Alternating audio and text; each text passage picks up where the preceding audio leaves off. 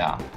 And that's another thing is like the hypersexualization of gay people, especially, well, I won't say especially gay men because it happens to gay women too, but like just in general, the hypersexualization is like you can't show a gay couple on TV because that's obscene all of a sudden, even though they're not doing anything. Like, exactly, you know, oh, that's not appropriate for children, but let me put my boy in a onesie when he's, you know, 3 months old that says ladies man. What's the difference, you know?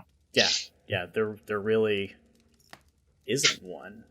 Right. You know, and you're right, anytime a gay couple shows up on screen, or even if somebody just alludes to the fact that they identify in that way, it becomes a sexualization. It's you trying to make this political statement, or it's bringing up something that isn't necessary, but yet for two 12-year-olds in 7th grade, a boy and a girl to be dating is somehow not doing that same thing, you know? Right.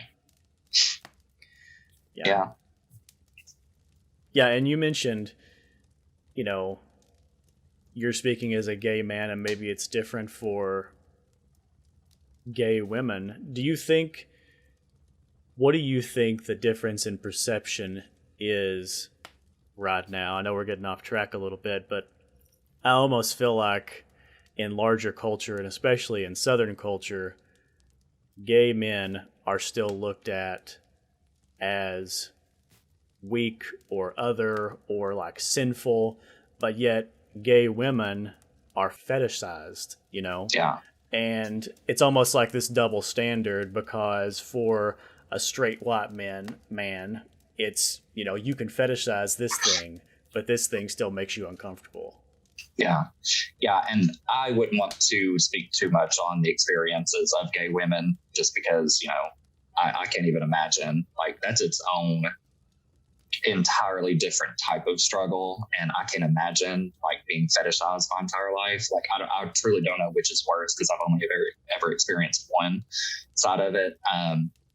But yeah, it's not that it makes it okay to people. Like, they still think of it as sinful, you know, but it's like, oh, we can kind of turn a blind eye to that, you know, for whatever reason, or maybe not even turn a blind eye because they want to watch and it's disgusting. Yeah, it really is disgusting. Yeah, and I also want to say, you know, you mentioned not wanting to speak for gay women. I remember one time when we were working at Kmart, and I was a little bit less aware than I am these days. I remember coming up to you and being like, David, I watched this awesome show last night. Like, you really need to check it out. The main character is super cool. I think you'd really be into him. And you said, is he gay? And I was like, yeah. and I became I was like a true foot in your mouth moment. And just, you know, being a straight white man, I'm definitely not trying to make excuses for straight white men, but there are things that you just don't think about, that you have to work to think about. And that was a moment where I said, oh, David's gay. David must like all gay people, but David must represent, you know, and that's what I mean here is, I hate to act like I'm asking you to speak for all gay people, because I really do want you to speak to your experience. But I do think that for anybody of a certain group, that is an issue, you know, asking a black man to speak on the black experience. Recently, we went through this election, and there was a lot of talk about Latinx people, having them on to speak about that community. Like, that, all communities are diverse. It's us that are singling that one thing out that identifies them and asking them to speak to that. So yeah, that's still to this day is a pet peeve of mine. Which, you know, it should be.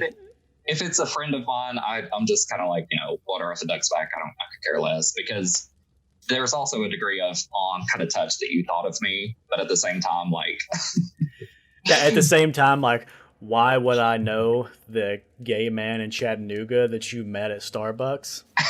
Because he's right. gay? Like, that doesn't make any sense. Yeah.